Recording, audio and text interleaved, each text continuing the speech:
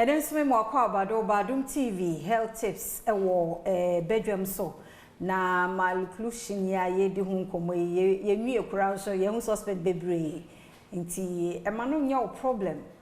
enim di for bo ho aka ho asem ne dey mean say solutions ewo ho aseda ye endpoint homeopathic clinic ne dia Mr. Yonko honko hia pomuden 0244867068 tina etinedwam eboye oye dental specialist oboye oba enenso ye mu akwaba nkomo no hwe bedi bewie de na nipa ya so o maba wo ha no ebebro wadwen so nti MALOCCLUSION yemhwe course se de na de ba okay me da say MALOCCLUSION medical ya ama ya started de wo no okay obi o ha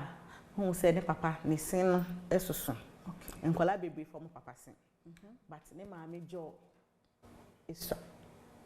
inti esen no esun but jo na o de baaye no isa inti be won say space no ensen na start say more fight for space because obi e pe baabi e de ne ho ahye inti de be ya ni say crowding na obo won say esen na nka o say nka 4 pe na wa 6 na ebi akọ enimu na ebi akọ eche obi so ho abi won say ebi afifi wo sino echi ebi so de na ba enimu obehwe top no bon se sin ebi hihye gam no eho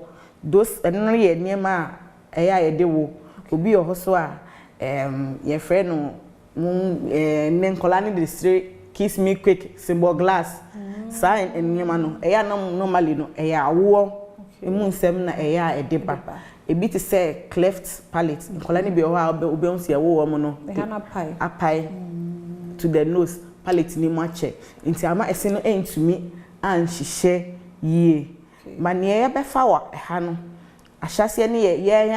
ye ma pacifier no say me ba no besu ha agye ntesu be fi na no the pacifier she do pacifier no is for a period okay say e bia oba de fa wo jo fa ne papa sen na already no occlusion no enye papa dada e na wasa ma ne pacifier no wa pushi ese no inimu no ama naba wow another example pacifier to say ensa ye no nkwala omo nsa nti tembia ne nsa no ehye ho nti epushi esen especially esoro de no nti omo de tare ho nti na epushi eno no ama na aba enimu nti afi ni ti no nkwala de no betutu ampanyifo de no ebeba no na epushi budget na be enimu omo no omo ketrema ne nso no bebre na ne si no ebe hihye awie no na ekwan ededem eda enimu ha na bebi ode ketrema no ehye no oye se ketrema temu no nti ofe obeka ne siansi so no na ekwan no nti se ke besi so sei no space no aba abeda ha moles ni primoles ni de nka etimi asisu but ekwan nti sa nipa no sisi ano o cha na pure water this all de ko onya ne ntwinama eho no de beko ontimi fa ne senenim no seneni nyina nso bia wo de djuma yedi eha ne na ye de te ade ba ono no ontimi enyusi eho no na another way trauma akola bi ho a wosa no pa na wa boho ye show the speed especially ye ma meme na wa boho sa na sometimes enu so etimi sei ye ma no omosin enkola bi ho a oba no ese no afrafra afrafra but time nso se na nka we betu na parents na kom ese no pese muntu se dia hye ne mempe akola bia wo mixed dentition okay our time a ebi tu ebi so eba nti do satan no sense na shet antantan okay ono ani mra esemu no ebeye obi o ha obekọ onko dentist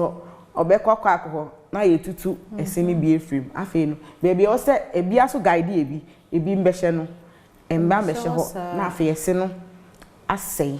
nti these are some of the enema ede MALOCCLUSION eba okay wow nkra na bi kra for so tutu o musin eno so timi happen me third born of school ba no osu o se ne class obia se etu aka ono mi sin tu ye entitem bia mi ntu ne sema no nti se parents bi yo ha omo de nkola ne ba se de ne ba ne sete no shape no kra ompe nti tu o explain ma no e wo wonim die ma de ono pe no wanye obekọ obi so ba jiska obeya ma because in Ghana mrem obi bi say patient right the patient no epe no yema no nti obi bejiska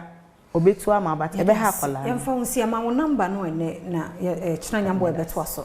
pacho my number ni 0243 728542 0243 728542 Yeda se ene so yesua de o china nyame ya adom ne ye won kwa ye nhia fra 0244867068 na wo prostate na ko check ya rebie hawadwen na ko check mididi afia amankwa tamaklo